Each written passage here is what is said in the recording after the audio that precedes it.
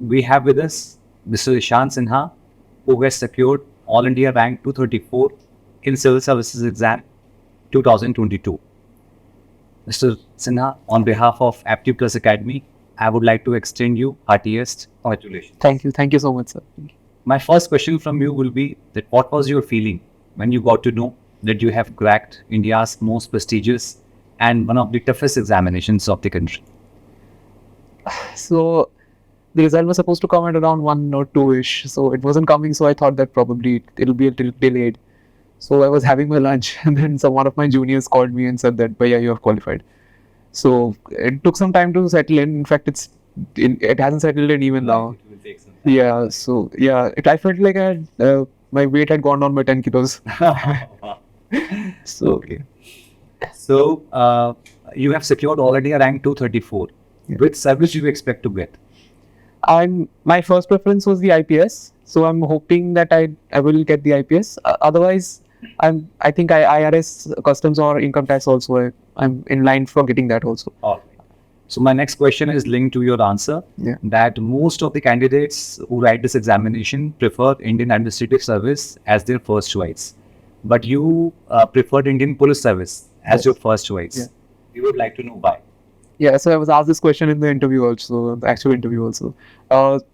So my grandfather was an IPS officer, and my inspiration for beginning the civil services and to become a civil servant came from him. And I've grown up listening to stories about him and his service, so it was natural for me to follow in his footsteps and My become. father was. Yeah, he was a major inspiration for me. So my next question is a very cliche question, which is often asked in the interview also, that why any aspirant wants to join civil services. So what are your reasons? Why did you choose a career in bureaucracy? For me, it was never any second option for me really, because ever since I've been growing up from my childhood only, I've been listening about civil servants, and from extension from my grandfather and my father and also. So it was always a second nature for me to opt for civil services. As I gradually began to grow up, I began to understand what it entails, how we are supposed to serve the nation when we are in civil services. So that was one of the reasons why I opted to go for it. So all the aspirants who are aspiring to crack this examination will now be looking up to you, and they would like to know if there is any secret recipe that you have discovered to crack this examination. I won't say that there is any secret recipe. What I would suggest is please don't look up to me or any other topper. Chart your own course. Don't idolize us or any of us. We are just human beings. I'm just on the other side. Every aspirant is different. Yeah, strategy can be different. yeah. So I just 1 year ago I was on the other side, so I can completely understand what they're going through. Right. So we would like to know now your strategy for every stage of the examination. Yeah. For example, in the preliminary examination, what was your strategy?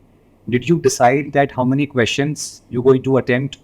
Were you too conservative in your approach? In the sense you will attempt questions only if you are sure, or were you too risk-taking, adventurous in terms of attempting too many questions?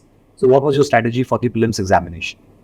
So first of all, I'll answer how I attempted the paper. Yes, I did have a preset goal in mind. I was planning to attempt around 85 to 88 questions. But what I would suggest is, because prelims is becoming a little unpredictable nowadays, I would suggest that be flexible in your approach when you're appearing for the examination at final day. Because when I attempted finally the actual paper, I attempted around 78 questions. And I haven't checked the marks yet, but by answer keys, I was getting around 114 to 118. So that is a very decent score, I would say. So I would say be flexible in your approach. If you feel that the paper is a little tough, do not go for beyond 85 or 80. If it is easy, then please do go beyond it. It depends on the nature of the paper. Yeah. Okay, so at the preliminary stage, CSAT is also Yes. sometimes a hurdle for students. yeah. So how did you prepare for CSAT examination? This is one mistake that I would say I made, but thankfully I didn't pay for it. So I would please prepare the CSAT paper diligently. Follow a particular source. Honestly I did not follow a source. I should have, so I can't suggest what source to follow. What I can suggest is that there are certain videos on YouTube about certain aspects of CSAT. For example, clocks and permutation, combination, and probability. You can watch these. Practice these questions, and previous year questions are important regardless of it's CSAT or GS. Right. Without previous year questions, it is not possible to yeah, it's impossible to crack the preliminary examination. Coming to the main examination, Yeah. so history was your optional. Yes. So you being from science background, you still chose history as your optional. Yeah. So we would like to know the reasons why you choose history optional, and what should be the parameters or the factors based on which any aspirant should decide his or her optional. So for the parameters, I would say that please go by your interest. If you feel that you have an interest in geography, then please do not hear what the market is saying or anyone else is saying. If you feel that you can study it for an extended period of time, please go for it. Go by your interest. Marks and all can be decided later on. And as to why I chose history, that was one of the reasons. So I had an interest in history previously, and I wanted to choose a subject which would also cover an aspect of my GS syllabus also, because GS1 is a significant portion of history there. So it helped me there also, and it reflected in my marks also. I got around 108 this year in GS1. So yeah, that is why I chose history. And apart from that, I decided to not go for my science because I have a science background student, like you said, sir. I chose history more specifically because the notes were very easily available, and that was not the case with the science related optionals. So that was why I chose history, and I also got proper guidance also. That was also a major factor. Right. So guidance, availability of notes, study material is a major. Yeah. Okay. So what was your strategy like for the main examination? How did you divide your study schedule, study hours into various parts of general studies and the optional paper? So what was your strategy like for the main examination? So again, this will vary candidate to candidate. So I wasn't a working candidate. I had full time. I could have devote my full time to preparation. So I used to study around 5 to 6 hours for optional. Used to do the optional in the morning because I wanted to be fresh in the morning. And the GS papers I same around 5 or 6 hours. Later on, as the exam came closer, I began to give more time to optional, and as my GS papers I began to complete the syllabus once or twice. I devoted less time to GS. So before the exam, the last 1 week before the exam, I gave around 7 hours or to optional, and the rest 4 or 5 hours to GS papers and all. But before the GS papers, 1 week before the GS papers, I devoted it entirely to the GS subjects, because I knew that there was 1 week after that I could devote to optional. Okay. Our main examination, covering the entire syllabus, studying general studies, optional is one aspect, but reproducing that knowledge in the main examination via your answers is another aspect. Yes. That is why in main examination, practicing answer writing becomes very important. Yes. So in your view, what is the importance of answer writing, and what would you advise the aspirants how they can polish their skills to write good answers in the main examination? So one thing I'd like to suggest everyone is, please don't, if you are starting your preparation, if you're 2-3 months into preparation, please don't go mad about answer writing, because your answers will not be good at this point because you've just started preparing. Right. It has become a fashion these days that it is advised to even a fresh aspirant start the answer writing from day one. Yeah. Obviously, your answers will not be good because you don't have the valid points to write in it. You'll feel demotivated and you gradually phase yourself out from answer writing. That would be suicidal. So that is one thing I would like to suggest. And apart from that, the ideal time to begin answer writing, I would say after prelims. You have ample time, because this year I think you have 4 months around to prepare. So that is ample time to prepare for answer writings. Please do not go crazy about it. And if you need questions to write, there are previous year questions available. There is no better source apart from that.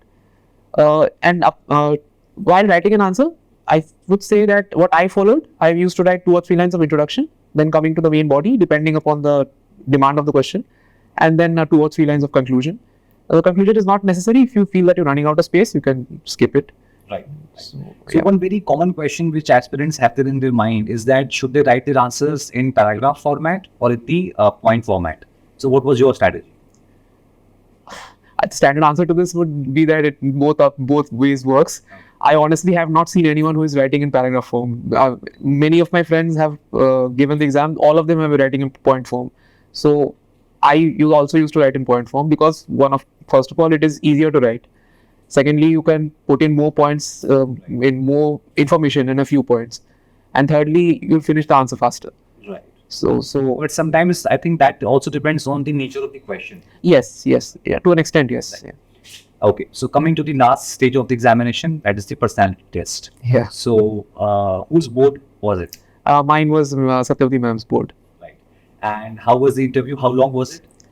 I actually did not check, but I think it went around for 20 or 25 minutes around. Because once you get into that room, you Yeah, lose track of time. Yeah. All right. So the interview was how? It was a stress interview. Did they put you under stress? Or No, easy not at all. questions? Not at all. It was a cordial interview. Okay. Most of the board members were very cordial. Actually, all of the board members were very cordial, Okay. nodding their heads around. So, yeah. Okay. So what was the general nature of questions in the interview? Were they current affairs based, from your optional, from your home state? What was the? Mine was mostly based on my dad, fortunately.